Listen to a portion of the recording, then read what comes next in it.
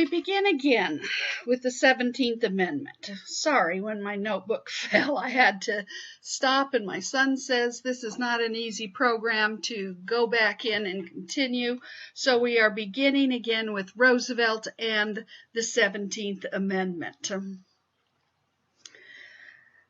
By the 1900s, the Senate contained so many rich men that it was oftentimes sneered at as a millionaires' club.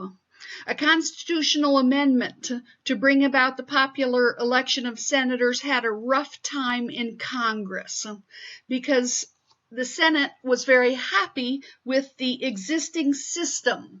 I mentioned before we got cut off that the senators were appointed, and to go through the House and the Senate, this constitutional amendment would be very difficult. So here this senator is hoping now to buy his seat in Congress, and no longer is the old method going to work. You're going to have to appeal to the public and get their votes. Another cartoon from the time period showing the 17th Amendment. Here, all of these senators, says the bosses of the Senate. Who really were the bosses?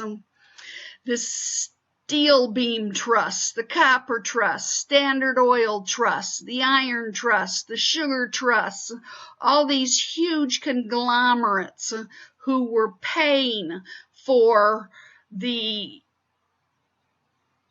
rights, making campaign contributions. Well, they weren't really campaigning, but giving gifts to these senators. Then, when it was time to vote on issues, if you had made gifts to them, they felt that they needed to therefore reciprocate with legislation that would be favorable to those who had given gifts to them. So, people's entrance is all closed off, whereas entrance for the monopolists is huge and open, and they may come in. This is a Senate of the monopolists, by the monopolists, and for the monopolists. Yes, this is supposed to be of the people, by the people, and for the people. The people are wanting a change. They want the senators to be chosen by the people.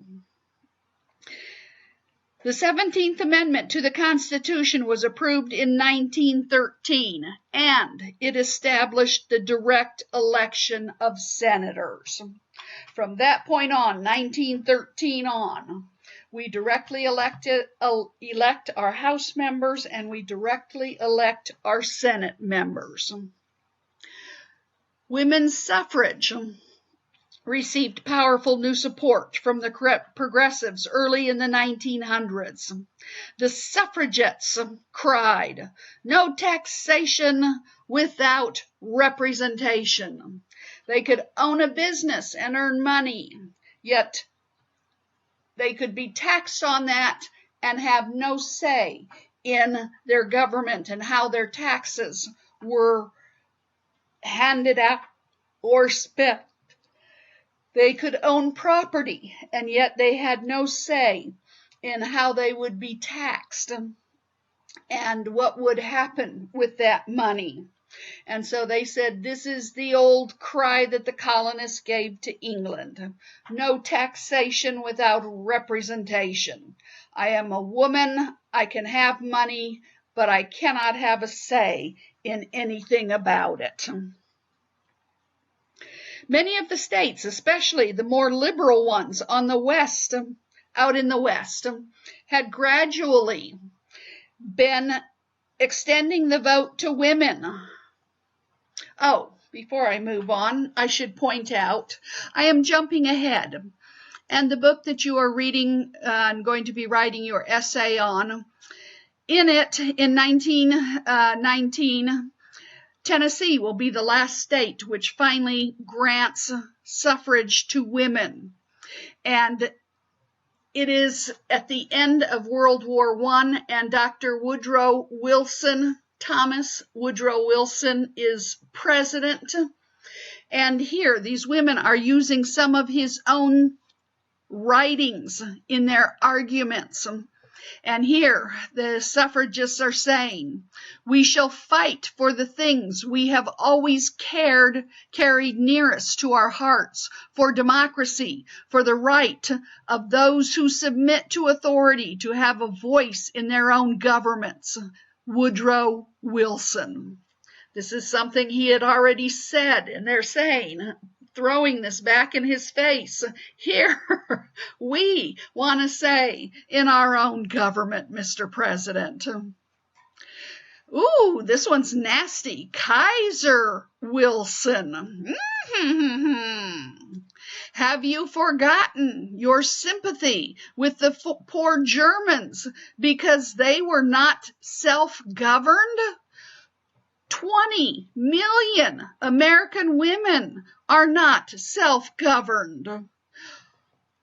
Take the beam out of your own eye. So they're saying, what are you so worried about the Germans for when all these women in your own country are not being protected by self-government? And this illusion here about the beam in your own eye, that's a biblical illusion. Jesus was referring to the Pharisees who were going about pointing out every little speck of wrongdoing in other people, while in the meantime having huge things wrong in their own lives. And he talked about them having a beam in their own eye while they were trying to pick out specks out of the eyes of other people. So people at that time would have definitely know what was being referred to when they said, take the beam out of your own eye. And this other cartoon from the time period, national suffrage, and here this dress with all these little buttons down the back, and they're trying to get the last couple of states of ratification, and it says the last few buttons are always the hardest.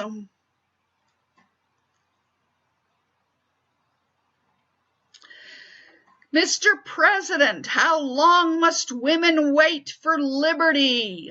Mr. President, what will you do for women's suffrage? And here you have women from some very prestigious colleges around the nation picketing. Vassar, Oberlin, I can't quite figure out that one. Stanford, Washington College of Law, University of Missouri, University of Kansas. Oh, this picketing outside the White House would cause quite a furor. Never before, for an extended period of time like these women had done, had picketing of the White House taken place. They did this day after day after day, whether it was raining, whether it was sunny, whether it was snowing, hailing. They made sure that they constantly had a presence in front of the White House. And many Americans felt that this was very shameful. This was unladylike. If you want suffrage, that's one thing, but how dare you go and stand and picket month after month in front of the White House? But these suffragettes, they were not going to let up.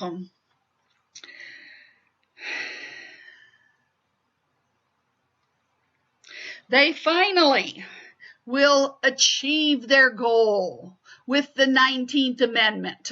And we will come to this when we get through World War I. Their joint resolution that goes through Congress, and exactly as it says here, the right of citizens of the United States to vote shall not be denied or abridged by the United States or by any state on account of sex.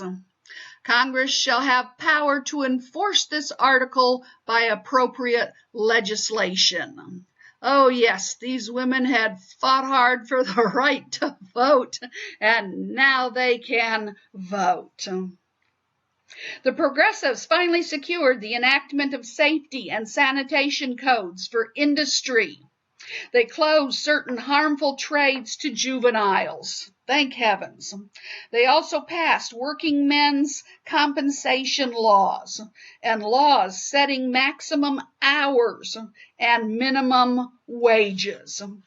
No one should have to work horrendous hours and still not have enough money to feed his family. So maximum hours and minimum wages.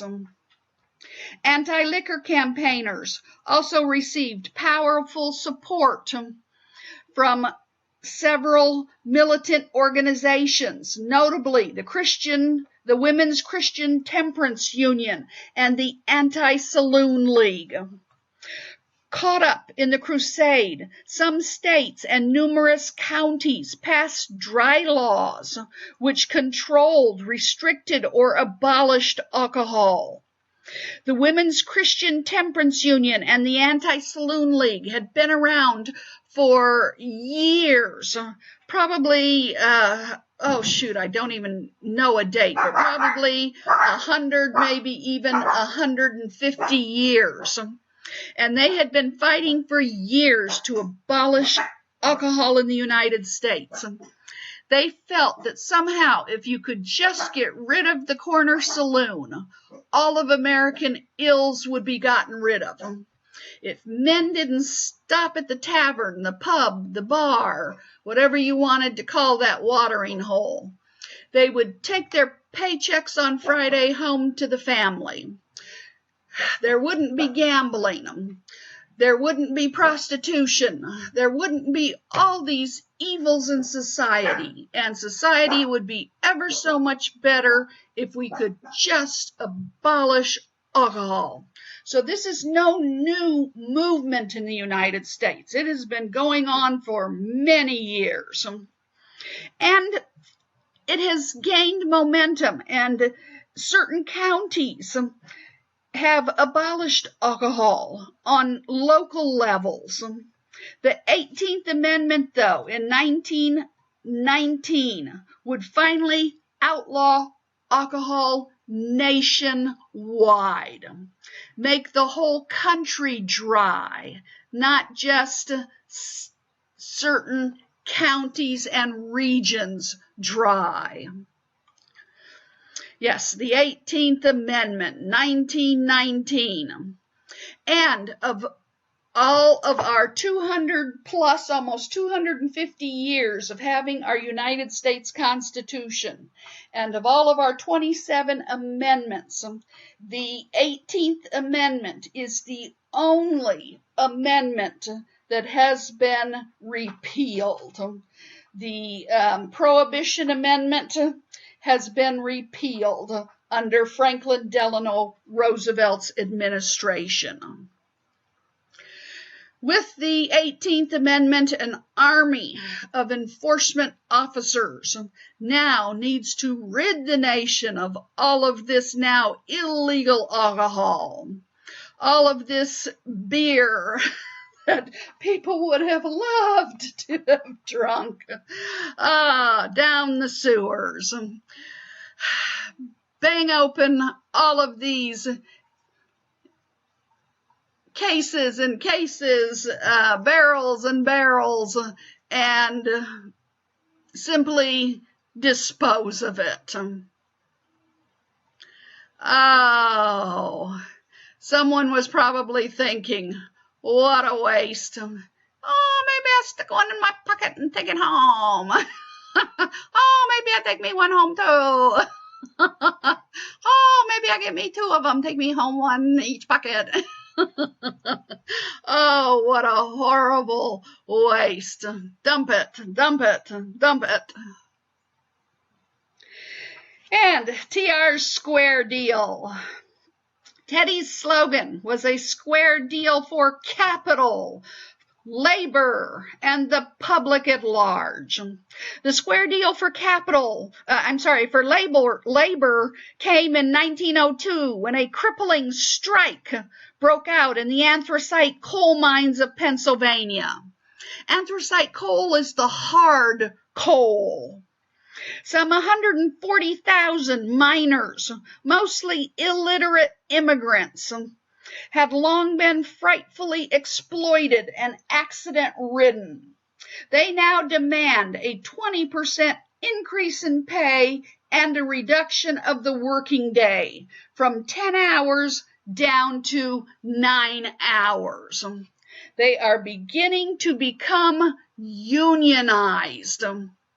This is backbreaking work. This is before everything is done by machines. Can you imagine? They were working 10 hours a day, picking, clawing, and putting this stuff into carts.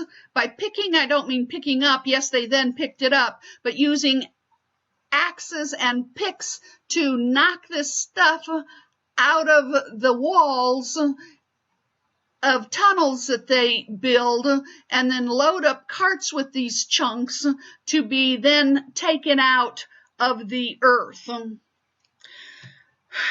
Everyone's got their dinner pails. Remember, you learned about these full dinner pails. Yes, that's every person had their dinner pails to go down into the mines with.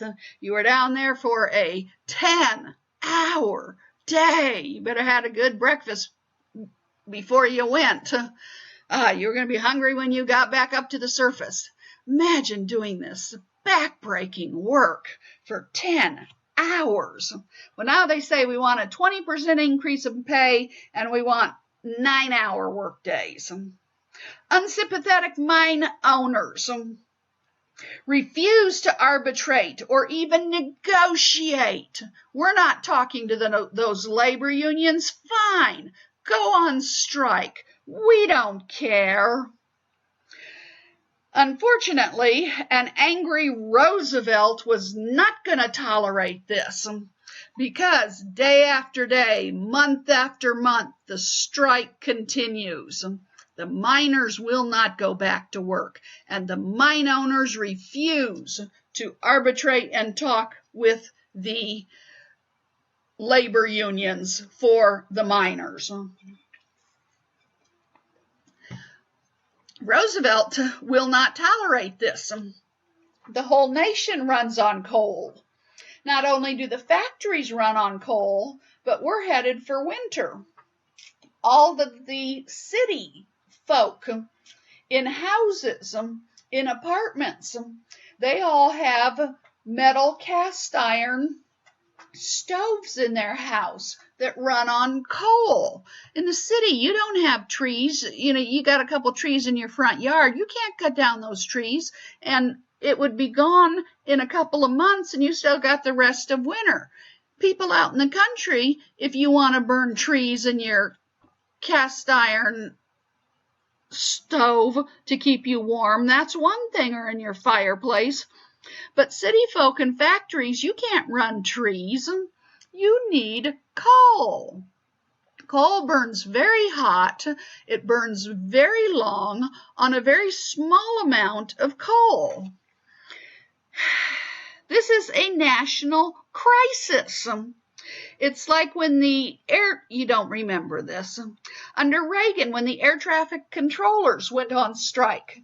He immediately said, you will go back to work today or you're fired. I have fired you. He says, this is of national importance. You can't just walk off the job and shut down the whole United States flying industry. You will report to work and we will work out the situation or you're fired and you will never work in this industry again. Same kind of thing here. Roosevelt said, this is of national importance, and you will work this out. This is Rooseveltian style. Remember the San Francisco Board of Education and the Chinese problem? hauls them to Washington, D.C. Now sit down here and you're not leaving till we solve this. Same thing here now. He hauls the mine owners and the labor unions to Washington, D.C. Sit down here. You're not leaving till we solve this. And we are going to solve this, because if you don't, he brings in his big trusty stick. He threatens to seize the mines. Oh, you mine owners think I can wait it out? I have nothing to lose. I will operate them with federal troops. The coal needs to be mined, and however it needs to be done, I will get it mined. The owners therefore grudgingly consented to arbitration. A compromise ultimately gave the miners a 10% pay boost and a 9-hour working day. So, compromise. Did the miners get everything they wanted? No, they got half of what they wanted.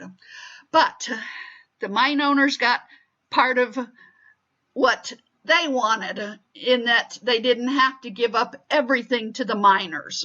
So compromise. They did get a 9-hour work day, but not a 20% pay increase, only a 10% pay increase. And cartoon from the time period. Roosevelt, the big game hunter. He has come out ahead. He has taken out the coal strike, and he has won.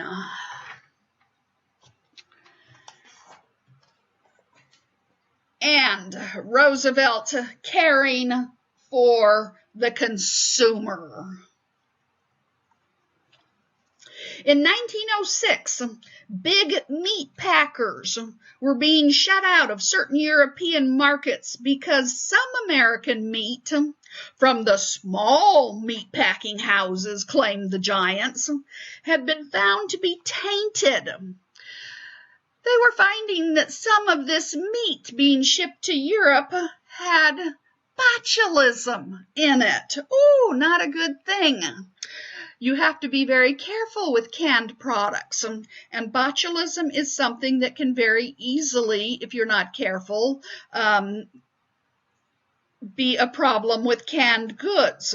Foreign governments were even threatening to ban all American meat imports by throwing out the good beef with the bad. We don't care who made it.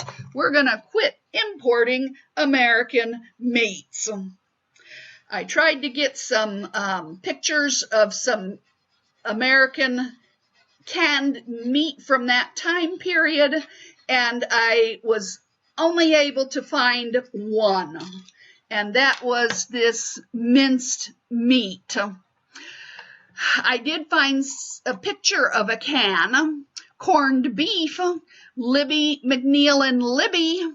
We received the highest Centennial Award. Also, highest gold medal from the Paris Exposition. And I got some labels off of, well, this one actually is an advertisement, but this is a label off a can of extra choice roast beef, 2 pounds, packed by the New York Packing Company, and Armour's extract of beef. That's it, the best extract of the best beef for soup, sauces, and beef tea. I'm assuming that this would be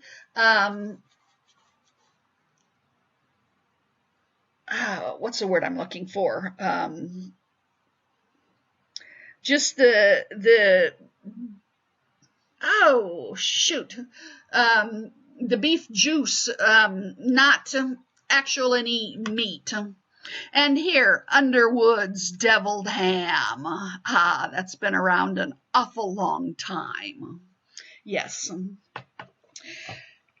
At the same time, American consumers wanted safer canned products. Upton Sinclair's sensational novel, The Jungle, was published in 1906 and focused attention on the plight of the workers in the big canning factories. But instead, he appalled the public with his description of the disgustingly unsanitary food products. When I talked about the muckrakers earlier, I said they wanted to clean up capitalism so that socialism and communism could not take hold, and that most muckrakers were not socialists. This is one of those few that was a socialist. Upton Sinclair was a flaming socialist.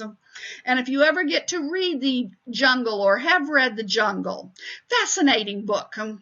You'll be reading a couple chapters and then he goes, not him, but the Jorgis, I think was the name of the main character. He goes to a socialist meeting. And the whole next chapter is what is said at the socialist meeting.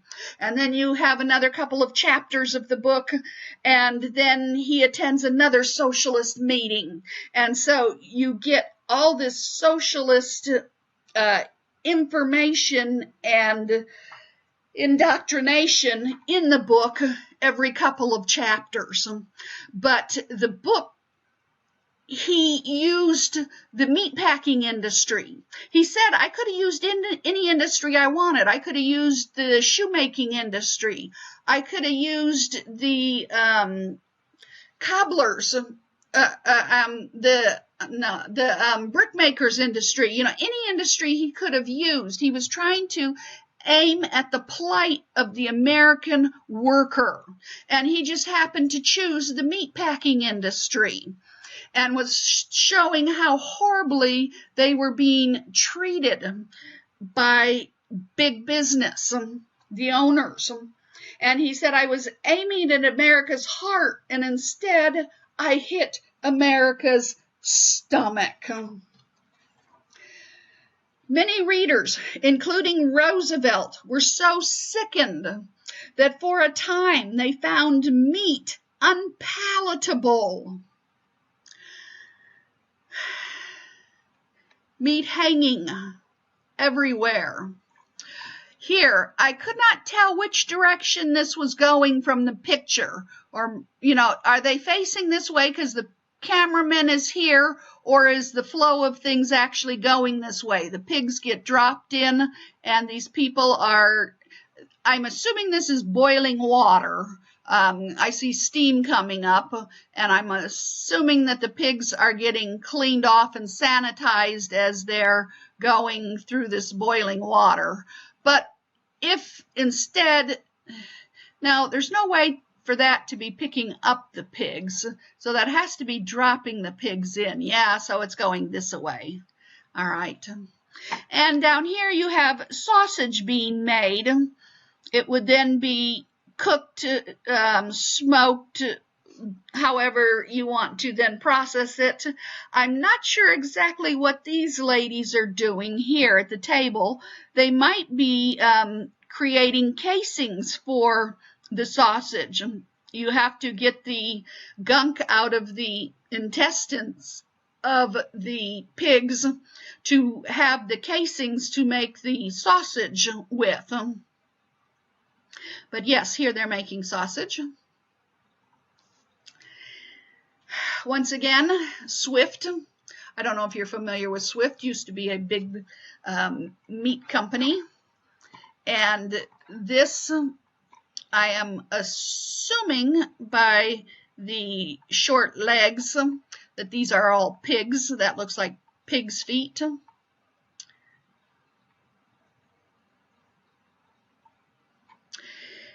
And here they are taking the hides off of the animals. I am not sure exactly what all is going on there, but the captions that I saw on this, it said the floors were just sticky and nasty, and all manner of debris was out on these floors where these workers were working. But you can see they are working at peeling away the hides so you could then get to the meat, to the carcass. Can you imagine doing this 9-10 hours a day?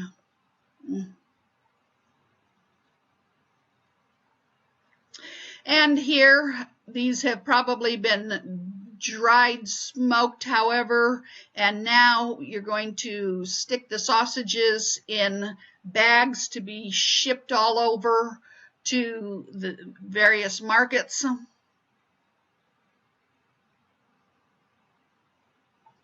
Oh, I love this one. Swift and Company's Great Soup Kettle. Ooh, wouldn't you like to have a can of soup out of that mixture? Whatever crud is on the sides and tops. Yeah. And I don't know what this is, if they're going to throw it in or what, but yeah. The president appointed a special investigation commission. Remember I said that even President Roosevelt was so sickened that for a time he could not eat meat. He not only wrote all those books during his lifetime, I think I mentioned to you, he was a voracious reader. This man read everything. This book came out in 1906 while he was president. He read it. He was horrified. And he sent out a special investigative commission. I want to know, is Upton Sinclair telling the truth about what is going on in these meatpacking companies? This investigative commission, their cold-blooded report almost outdid Upton Sinclair's novel. It related how piles of poisoned rats, rope ends, splinters, and other debris were scooped up and canned as potted ham. And here you have the White House in the background, and here is President Roosevelt with his investigation into the meat scandal, and he says it stinks. A cynical jingle ran. Mary had a little lamb, and when she saw it sicken, she shipped it off to Packingtown, and now it's labeled chicken. The Meat Inspection Act of 1906 declared that the preparation of meat shipped over state lines would be subject to federal inspection from corral to can. If it's only sold within the state of Iowa, it's canned within the state of Iowa. It is sold within the state of Iowa. It does not cross Iowa lines. The federal government cannot get involved. But if it crosses the state of Iowa and is sold also in Illinois or any other place, then it is liable to the federal government's inspection. And they said, when it is in the corral, our inspectors will check to see if those pigs have trichinosis. They will see if those cattle are sick. If the animals have sickness, they will not even enter into the packing house. In the past, you slip the inspector a few bucks, and that animal went on up into the packing house. The company, the packing house that had bought the whole train car of cattle, didn't want to lose money by losing a bull or steer or cow because it was sick and couldn't be used for its meat. And so they would bribe the inspector to let it on in. Who cares about the health of the public? It's our money that matters. Well, now the inspectors are supposed to do their job. They're supposed to do their job. And from the corral to the final stages where the lid is put on that can, there is to be an inspector watching, and this stuff is supposed to pass inspection if it crosses state lines. The Pure Food and Drug Act of 1906 was also designed to prevent the adulteration and mislabeling of food and drugs. This was also a major problem. In 1898, the Bayer pharmaceutical firm, Bayer aspirin, they've been around an awful long time. In 1898, the Bayer pharmaceutical firm introduced into drugstores across the country its new medication for bad coughs, heroin. I got a cough. I need some heroin. It was not the first hard drug to be pushed on the American market. Lack of government regulation, easy accessibility, and medical ignorance made drug abuse a major social problem in the late 1800s. Common pharmaceutical products included many dangerous substances, cocaine tablets for the throat and nerves, baby syrups spiked with morphine, miscarriage-producing Portuguese female pills, a great and sure remedy for married ladies, were all readily available either by mail or at the local drugstore. The base of most liquid medications was alcohol. Consumption was so great that experts have estimated that 19th century Americans imbibed more spirits from patent medicines than from bottled liquor. Oh yeah, Women's Christian Temperance Union, they were fighting if we could just get rid of the saloons, we will solve all the problems. Yet every one of those women's, I'll bet you, had in their purse a little bottle of this syrup. Got a little tickle there, especially in church if it acts up. Just a little sip of that, that calms down those little tickles. Maybe 90 proof, but it's for medicinal purposes, medical purposes. Not because I'm drinking alcohol, it's medicinal. Not until 1909, with the enactment of the Narcotics Drug Act, did the government begin to regulate the quality of medications. Drug advertisements were as plentiful as the products they promoted.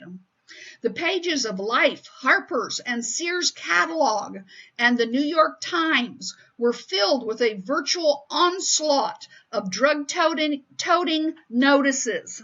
According to Congressman William Everett of Massachusetts, one church congregation found the advertising barrage to be especially trying. New hymnals were needed, but the church had little money to buy them. To economize, the congregation contracted with a patent medicine manufacturer who agreed to defray a large percentage of the hymnal cost in return for advertising space in the new books. The songbooks arrived on December 24th.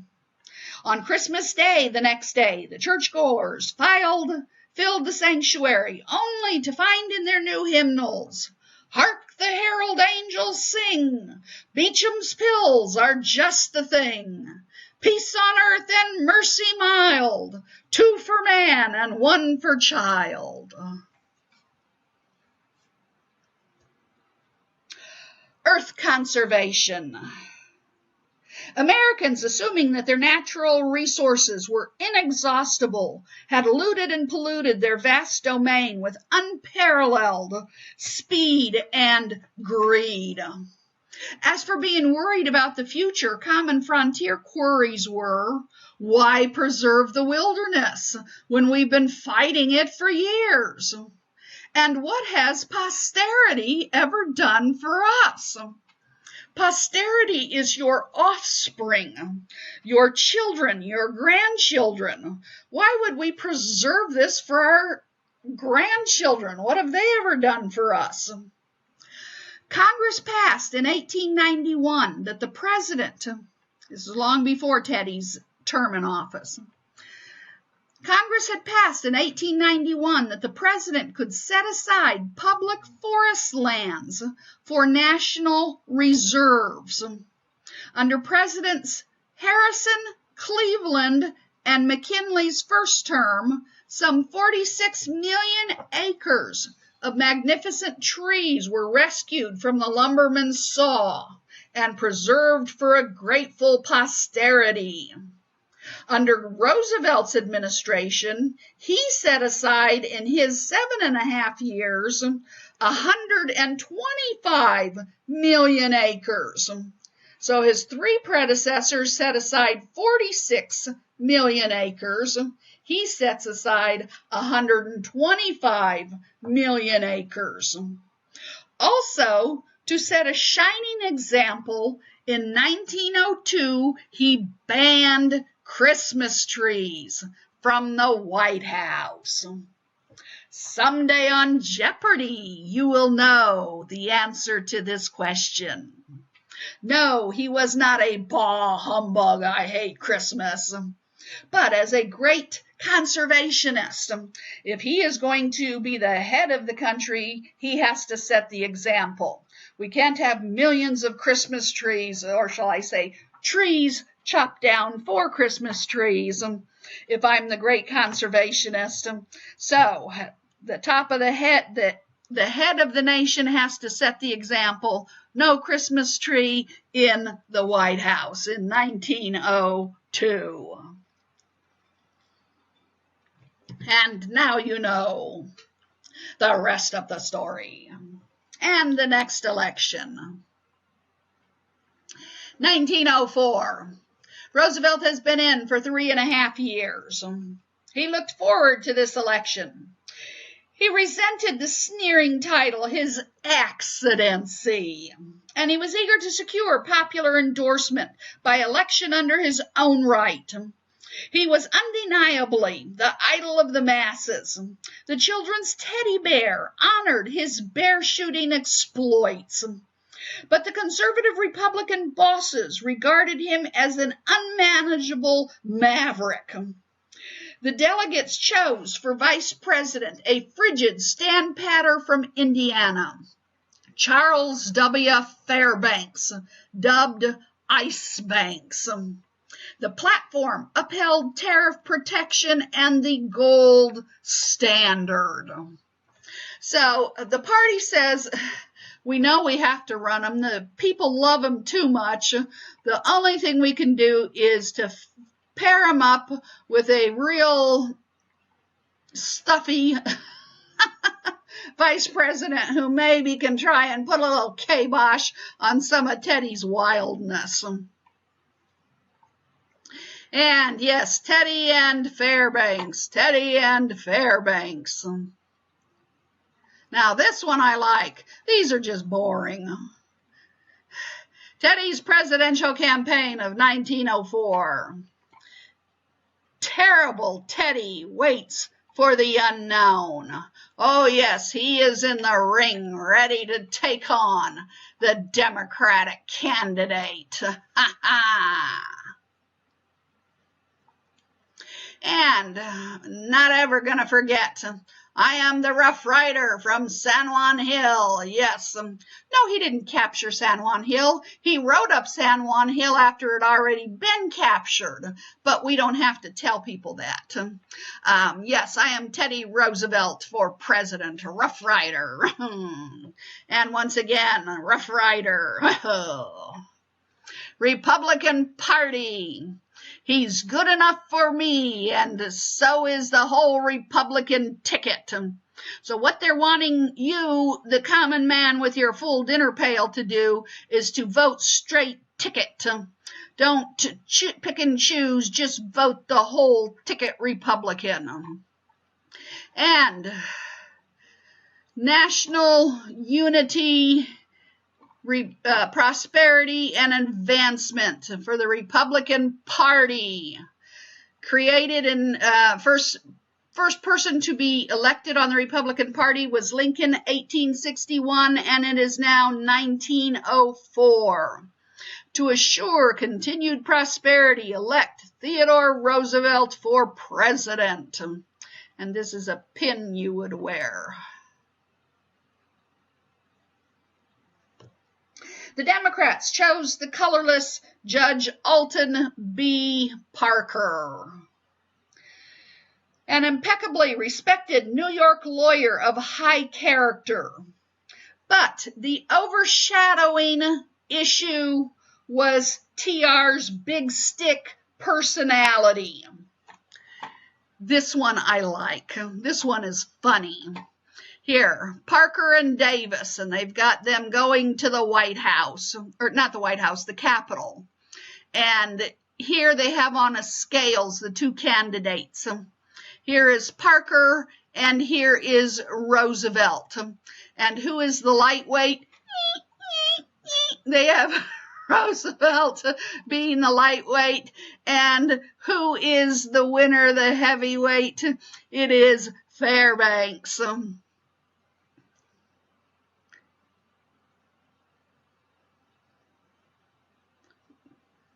Wait. What is that Fairbanks doing there? It's Parker. This is Parker. It's Parker. It's Roosevelt and Parker. And the rooster, what the rooster has anything to do with it? The rooster, no, it's Fairbanks saying, Judge, we're it. That doesn't make any sense. Because Fairbanks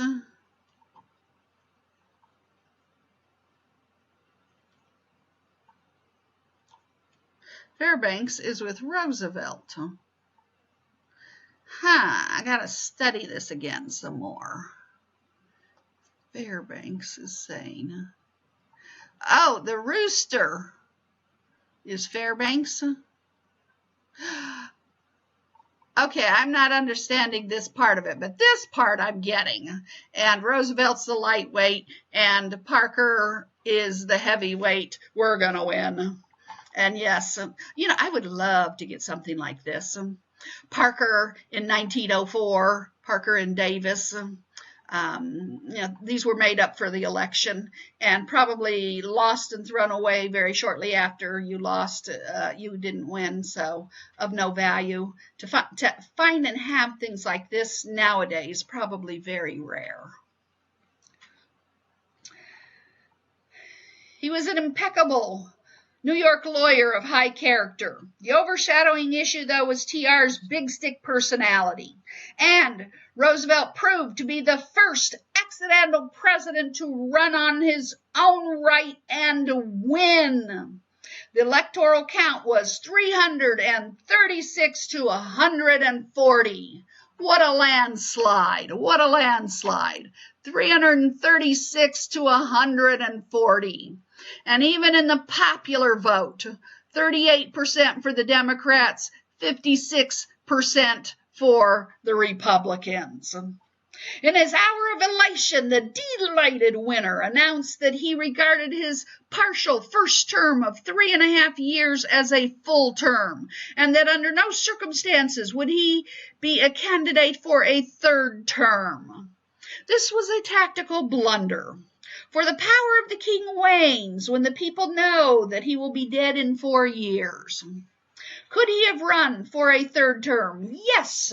Constitution did not have any limits on how long a president could serve at that time. But he was keeping to the two-term anti-dictatorial stance that Washington had set, and he said, I will not run again. Now, does he break his promise? Yes, he will run again under the Bull Moose party ticket. But we will come to that in 1912. And the election of 1908. Since we've already covered all the stuff that Roosevelt did, let's move on to the next election. Roosevelt was still so immensely popular that he could have easily won a second presidential nomination, and most certainly the election. His hypnotism of the masses is captured in a poem. TR is spanking a senator. TR is chasing a bear. TR is busting an awful trust and dragging it from its lair. They're calling TR a lot of things, the men in the private car. But the day coach likes exciting folks, and the day coach likes TR. Roosevelt did not really want to leave the White House. He had enjoyed a bully time in the presidential goldfish bowl. That bully time was a phrase he often used. He was always having a bully good time. And while many people do not like the goldfish bowl of the presidential palace, the more attention Teddy got, the better he liked it. And he was not ready to leave. But he felt bound by his impulsive post-election promise of 4 years earlier. The departing president naturally sought a successor who could carry out his policies. This he found in his Secretary of War, William Howard Taft. Taft was a moderate progressive. Roosevelt pushed Taft's nomination through on the first ballot. The Democrats chose William Jennings Bryan again. The campaign of 1908 was even duller in some ways than the campaign of 1904, though both the balding Taft and both the portly Taft and the balding boy orator took to the stump. I love this one. Absolutely love it. We have two Bills here, Big Bill Taft and Bill Bryan. Which'll you have, Bill Taft or Bill Bryan?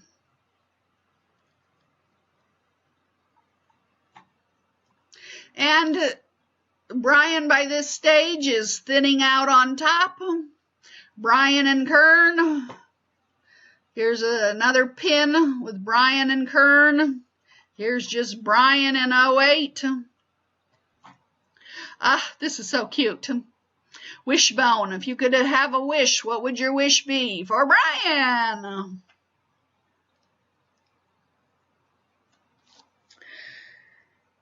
The country was quite content to accept the stable leadership of Taft, a man so emphatically endorsed by Roosevelt. Roosevelt sort of almost pushed Taft on the party.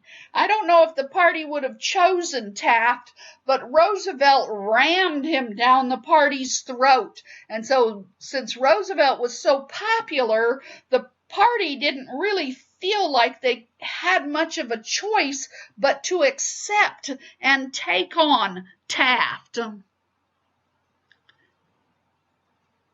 Once again, Taft and Sherman. William Howard Taft, our next president. And he will poll 321 electoral votes to 162 for the Democrats. Bryan, an apostle of lost causes, was finally finished as a presidential possibility. Bryan has run 4 times for the presidency and never won. He will never run for the presidency again. This is not the last time we will see him, though. When Wilson becomes president, Bryan will be his Secretary of State. We will see him again then. And in the 1920s, the Scopes trial, we will see him involved with the Scopes trial. That will be the last time we will see William Jennings Bryan. But as far as a presidential candidate, he has run 4 times, and this was his last. And Roosevelt leaves office. They show his political career here in a cartoon. Governor of New York. They found him headstrong and difficult to deal with. He had gained popularity through the Spanish-American War with the Rough Riders, but he was using veto power, causing all kinds of difficulty. So they talked him into running on the McKinley ticket as a vice president, so they kicked him out of New York politics to run for the vice presidency. There he is for about 6 months till he becomes president for 7.5 years. During that time period, he serves as the peacemaker between Japan and Russia, where he receives the Nobel Peace Prize. Upon leaving office, he immediately heads over to Africa to hunt big game on safari in Africa. So this man is go, go, go, always some kind of action, yes. Roosevelt, ever in the limelight, left early in 1909 for a lion hunt in Africa. His numerous enemies clinked glasses to the toast. Health to the lions. That is funny. He's on big game hunt, and his enemies clink glasses to the toast. Health to the lions. To an ex-president, all the rest of life is anticlimactic. I mean, you have been at the peak. It doesn't get bigger than that. The tragedy is Roosevelt left office way, way too young. He was only 50 years old. He entered office at 42. 8 years later, when he left, he was only 50. Most presidents are being good to enter office by age 50. He is leaving at age 50, still bursting with energy. The number of laws that he inspired was certainly not in proportion to the amount of noise he emitted. TR's enthusiasm and perpetual youthfulness, like an overgrown Boy Scout, he appealed to the young of all ages. You must always remember, a British diplomat cautioned his colleagues, that the president is about 6. The British are so big on pomp and circumstance. And here, can you imagine, as a British diplomat trying to work and figure out Teddy Roosevelt, you never knew what that wild-eyed madman was going to do next. A British diplomat cautioning his colleagues, you must always remember that the president is about 6. Roosevelt also greatly enlarged the power and prestige of the presidential office. Remember, he's not a lawyer. Whatever the Constitution doesn't forbid me to do, I can and will do. And Roosevelt, the man. His first wife was Alice, deeply in love with Alice, and to them was born one daughter named Alice.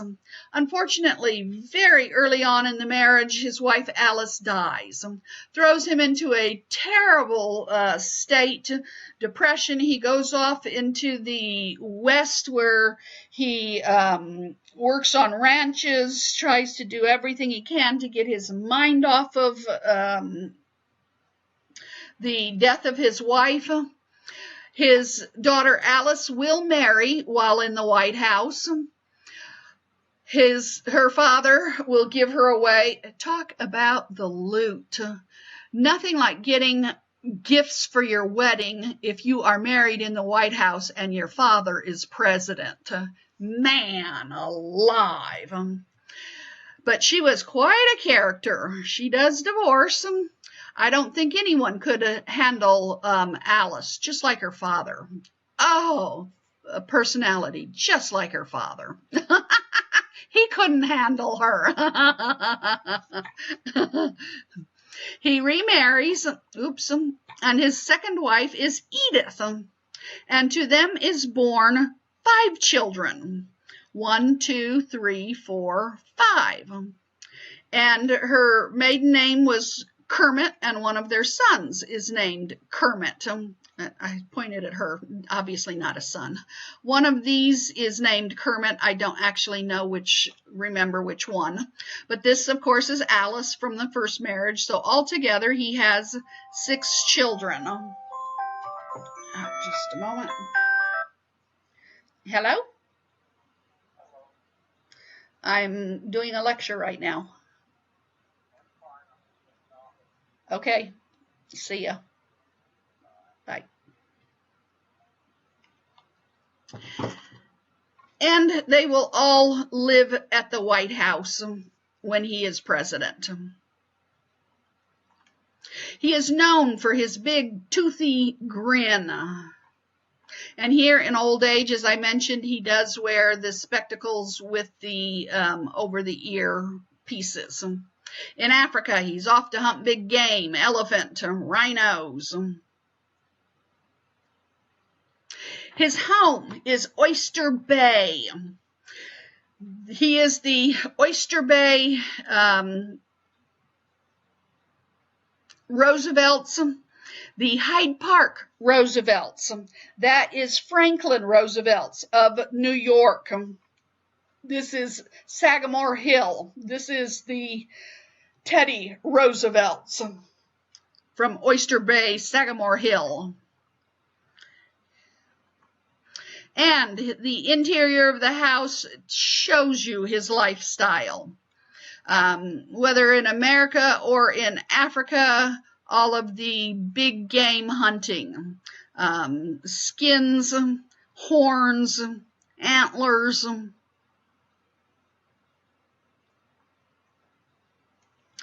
I do not know, but I would wonder if these are shells from the Spanish-American War that he was involved in.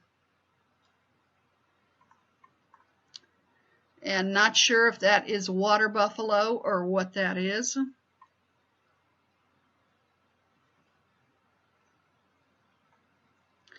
And here you've got all kinds of different animal skins. You got zebra. It looks like a bear head, doesn't it? Doesn't look like a lion, I don't think, does it? Maybe it's lion. And here you got, looks like a mountain goat of some sort. Up here both.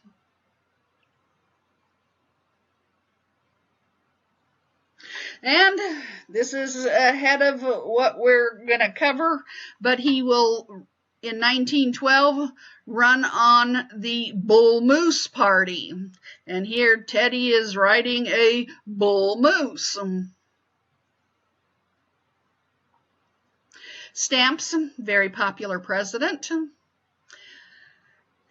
Panama, Republic of Panama, for the Panama Canal region. He is known for the teddy bear.